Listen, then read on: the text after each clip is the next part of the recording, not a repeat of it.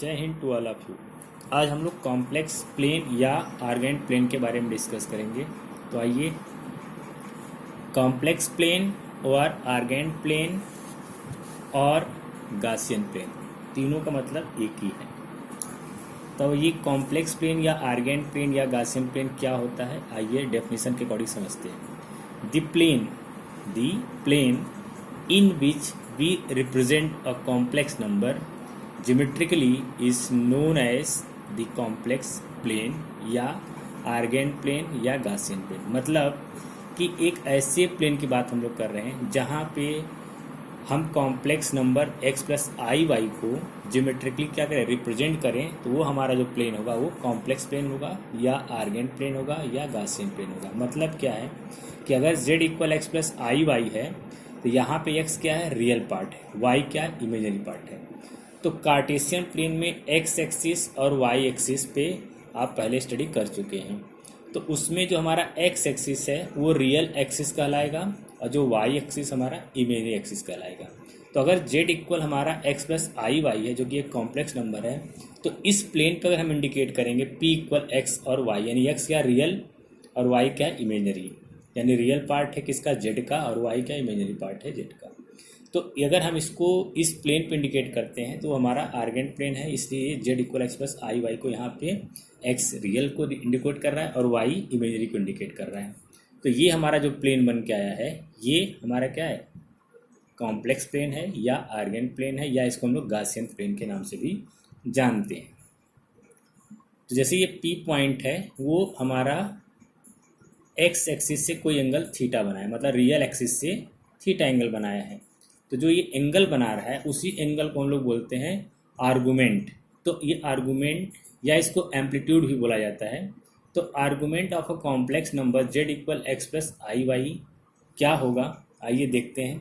तो आर्गुमेंट और amplitude of Z is denoted by A R G O R A M P of Z, यानी A R G of Z कहिए या A M P of Z कहिए, वो हमारा क्या होगा, एम्पलीट्यूड होगा या आर्गुमेंट होगा। तो उसकी वैल्यू निकालेंगे कैसे, how can you find this.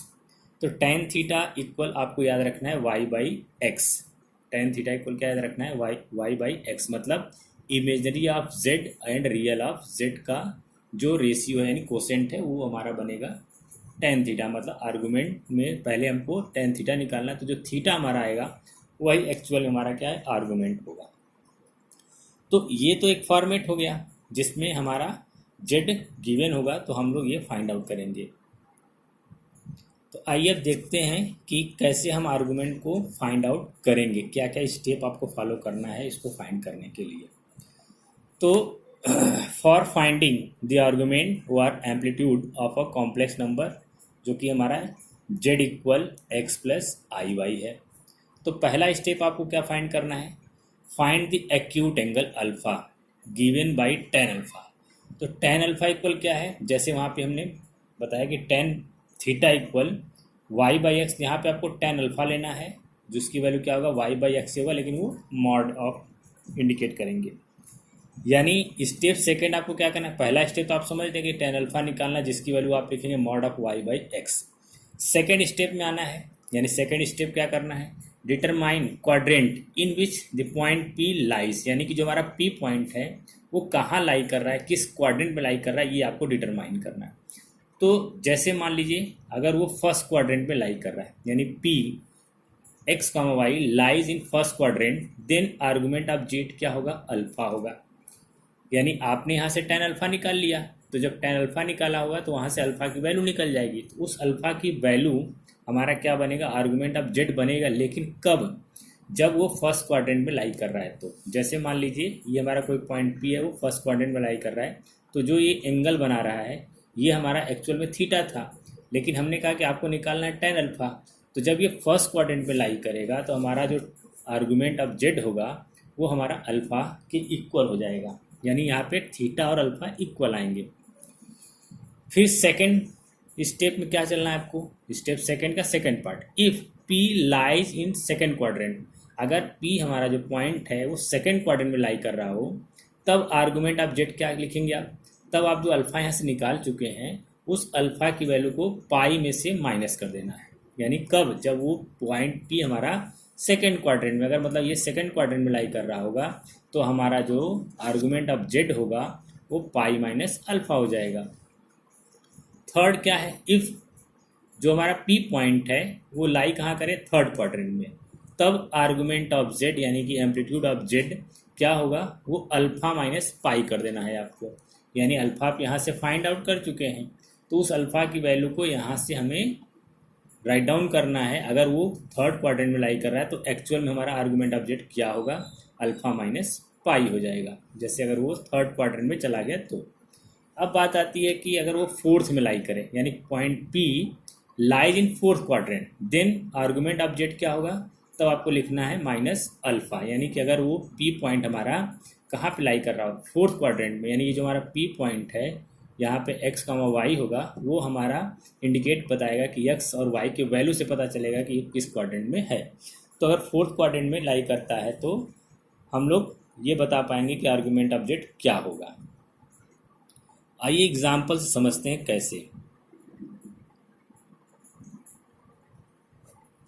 जैसे मान लीजिए कि आपको z इक्वल 1+i√3 दे दिया, मतलब यहाँ पे z इक्वल हम लोग जानते हैं x+i(y) होता है। तो कंपेयर करें इन दोनों के z में, तो x की वैल्यू 1 है और y की वैल्यू √3 है, यानी x और 1 दोनों ही पॉजिटिव है, इसका मतलब 1 का √3 हुआ।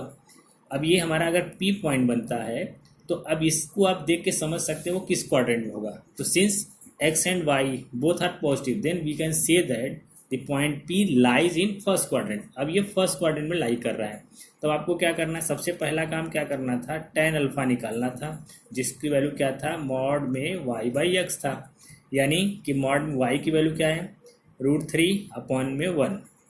अब इसका मॉड लेंगे तो हमारा आएगा tan अल्फा की वैल्यू क्या हो जाएगा, √3 मतलब अब tan में √3 किसकी वैल्यू होती है, तो tan अल्फा इक्वल √3 यानी कि tan π/3, यानी अल्फा इक्वल क्या आया, π/3 हो जाएगा। यानी ये अगर हमारा फर्स्ट क्वाड्रेंट में लाई कर रहा है तो आपने पढ़ा अभी कि फर्स्ट क्वाड्रेंट में लाई करेगा तो अल्फा की वैल्यू एज इट इज आपको लिख देना है, वही हमारा आर्गूमेंट है। इसका मतलब क्या कि आर्गूमेंट ऑफ जेड क्या हो जाएगा, π/3 हो जाएगा, यानी आर्गूमेंट ऑफ जेड इक्वल आप डायरेक्ट अल्फा लिखेंगे।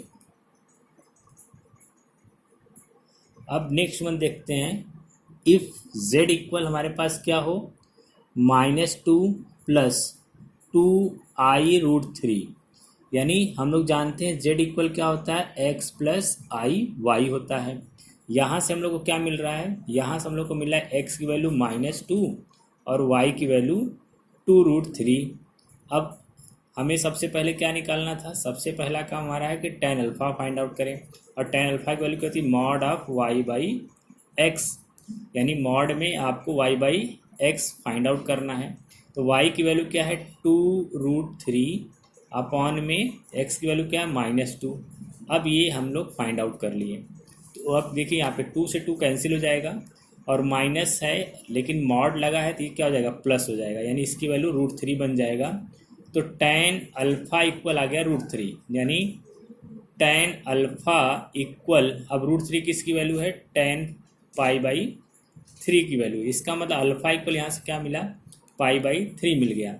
अब अभी आपने पढ़ा कि अगर अल्फा जो है सेकेंड क्वाड्रेंट में लाई कर रहा है, यानी हमारा जो पी पॉइंट है वो कहाँ पे लाई करे, सेकंड क्वाड्रेंट में या थर्ड क्वाड्रेंट में या फोर्थ क्वाड्रेंट में, तो उसके अकॉर्डिंग अल्फा की वैल्यू को हम लोग यूज़ करेंगे आर्गूमेंट को फाइंड आउट करने में।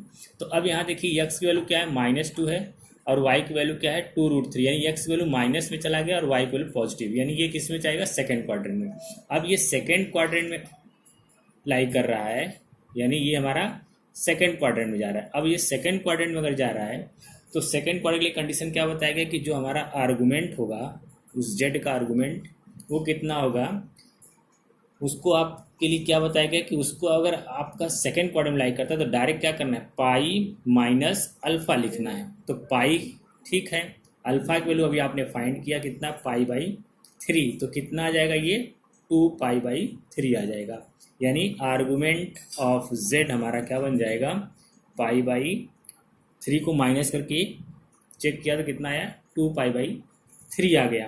ये कब है? जब वो सेकंड क्वाड्रेंट में लाई करेगा तब का केस है।